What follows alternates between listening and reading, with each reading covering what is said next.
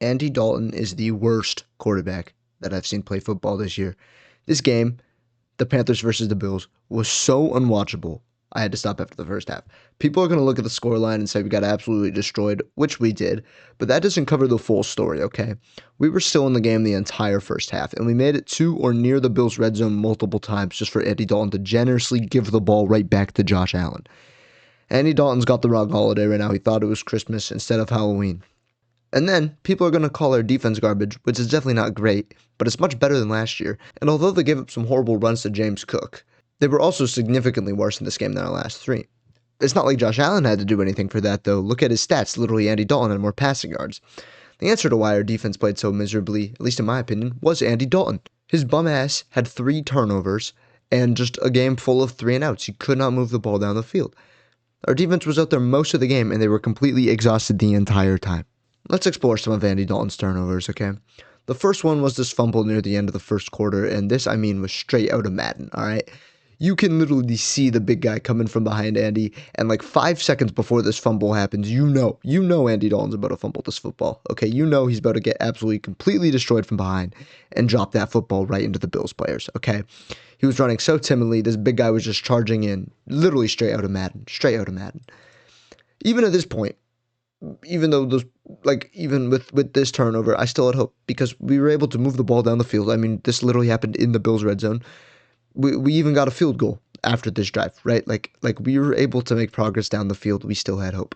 Now, I got to give Andy some credit though. He made some incredible plays this game. Okay, they really kept us in the game, especially in this first half.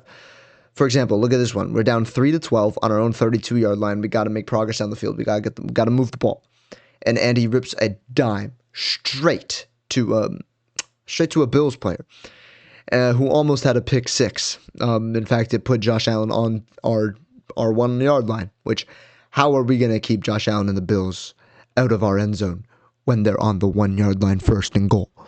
Beautiful play, Dalton. Really shifted the momentum in the favor of the Panthers on that one. Now, this last turnover, I didn't actually see the game because I prioritized my mental health and was just watching YouTube instead of this game. I probably would have watched another football game, but they were all blowouts and all terrible to watch, so that's a different story, though. But this happened with about 5 minutes left in the third quarter, down 30-3, so it doesn't really matter. This game was already wraps. Andy Dalton decides to drop the ball straight into a Bills player, counting as yet another fumble, which put the Bills on our own 20-yard line and set them up to score another touchdown, just to make it 40-3. And the third quarter wasn't freaking over yet, okay? And it was 40-3. That is humiliation. Andy Dalton's turnovers were so bad. Josh Allen, the reigning MVP, as I already said, didn't have to do anything to beat us other than hand the ball off to James Cook against their sorry-ass, exhausted defense. I genuinely hope to never see him on the field as a starting quarterback for the Panthers ever again. Bryce Young, please get healthy. Please stay healthy. Please come back. We need you, King. Speaking about Bryce Young, I'm recording this after Bryce Young has already been reported as a full participant in Wednesday's practice, which is great news. This should indicate pretty comfortably that he'll play against the Packers, all right?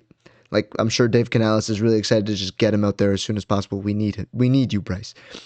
Our O-line and team in general sustained a lot of injuries against the Bills, so our odds against the Packers don't look so great. It's not like they were great before, but with the injuries, it's definitely worse. But it's still possible we could pull off this upset.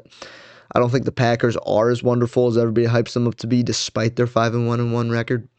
We did beat the Cowboys, and the Packers could only tie them, so you never know. The upset is definitely possible with Young under center. We'll see. Another big talking point from this week is the running back split. Chuba had more carries this week despite being much less efficient than Rico. I think Canales' system of having them exchange drives is honestly one of the stupid running back splits I've ever seen. Neither one gets into a rhythm. And literally, what's the point? Why not just have Dowdle be like a first and second down back and then Chuba just come in on third down just so they both can get some rest and so Dowdle gets more carries because he's moving the ball better. Dowdle's literally top 5 in rushing yards across the whole league with only 3 games where he out-carried Chuba, okay? 2 of which Chuba wasn't even playing. So Dowdle just automatically got most of the carries and he got most of the touches in the game in general at over 200 scrimmage yards in back-to-back games. Moving forward, Rico Dowdle should definitely be the RB1. And have, again, don't lose Chuba. This can be a great running back duo. Have Chuba come in occasionally, sort of like a David Montgomery role. And if Bryce can play well, which, let me say, he'll definitely play better than Dalton, and our O-line can hold up, And we give the ball to Rico. And our defense plays somewhat decent. I know there's a lot of factors to fill. If all those can happen, we could totally beat the Packers. Looking ahead this week at the Packers game, I'm not going to lie, I am horrified of Micah Parsons, okay? Cade Mays is our center, and he's most likely going to be out. Our backup Corbett, who was our starter at the beginning of the season, is literally a much worse center. This guy rockets the ball 3 feet above Bryce's head, and he's not even that good at blocking either. Bryce literally has to jump for this dude's snaps, okay?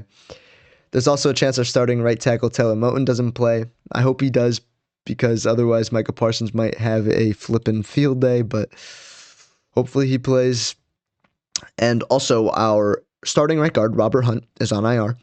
And our backup right guard, Brady Christensen, got injured in the game against the Bills. So, our starting right guard and our backup right guard are both out. So as you can tell, the right side of that O-line, including the center, is very, very weak. Other than that, right side of the O-line, our offense is mostly fine going into this week. Our defense, on the other hand, although it's not too bad, but it has a few scares. Trevin Wallace is questionable after the Bills game, and this is major because he's our green dot guy, okay? And this guy, he gets the play call and then shares it with the rest of the guys. And, he wasn't doing it this whole season. It was Christian Roseboom, and we looked a lot more disorganized. And since Trevin Wallace took over the role, both Trevin Wallace and Christian Roseboom have looked better. So Trevin Wallace is important to this defense. Nick Scott, our starting safety, may also miss the Packers game. He's listed as questionable right now. And I know a lot of Panthers fans would cheer about that because Nick Scott is not good at tackling.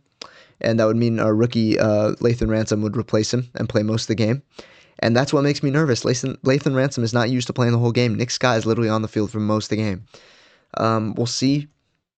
I don't have much to say about that, but I'm hoping Nick Scott is healthy, right? I prefer Lathan Ransom as a special teams and rotationary guy into the defense role.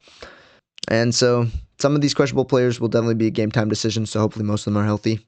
And if they are, we might stand a chance. Again, I've said that a few times, but seriously, we might stand a chance against the Packers if some of them are healthy. The last point I want to make to end off this video is all you Bryce haters, okay, that are Panthers fans at least. If you're not a Panthers fan, you can think whatever you want about Bryce. But for those of you who are Panthers fans and just this whole season have been bashing Bryce and saying, start Dalton, look at the performance that Dalton just put up against the Bills, okay? Dalton is 37 years old, can't move, has terrible pocket awareness, and you all wanted him to start over Bryce Young. Look what happened when that happened. Bryce Young is great at extending plays. He can be super clutch at the end of the games, which he's already proven, okay? And you can see that this offense has literally just become his. I mean, he looks decent in it when he's not having a bad turnover in the first quarter, okay? And I'm not saying Bryce is permanently the guy, but let's let him play out this year and see if he can ball. And surely we extend him a year or two. I'd say 2 years. And let's see if he can lead this team to a winning record and possibly the playoffs for the first time in over a decade. All right, that's all I'm saying. Even then, there's a chance this season. The end of your schedule was pretty tough, so probably not. But I'd love to go like 7-10, 8-9. Like that's genuine progress. And with another draft, like the draft class we just had, we can just keep building. And genuinely, this can be great. I do want to say, Andy Dalton, I don't hate you. I just don't want you playing QB for my team anymore. All right, happy belated birthday, Andy Dalton. It was Wednesday, October 29th, for those of you who don't know. And yeah, with that, I hope all of you watching have a good day. And I hope that Sunday we get to watch an at least competitive football game versus the Packers. See ya.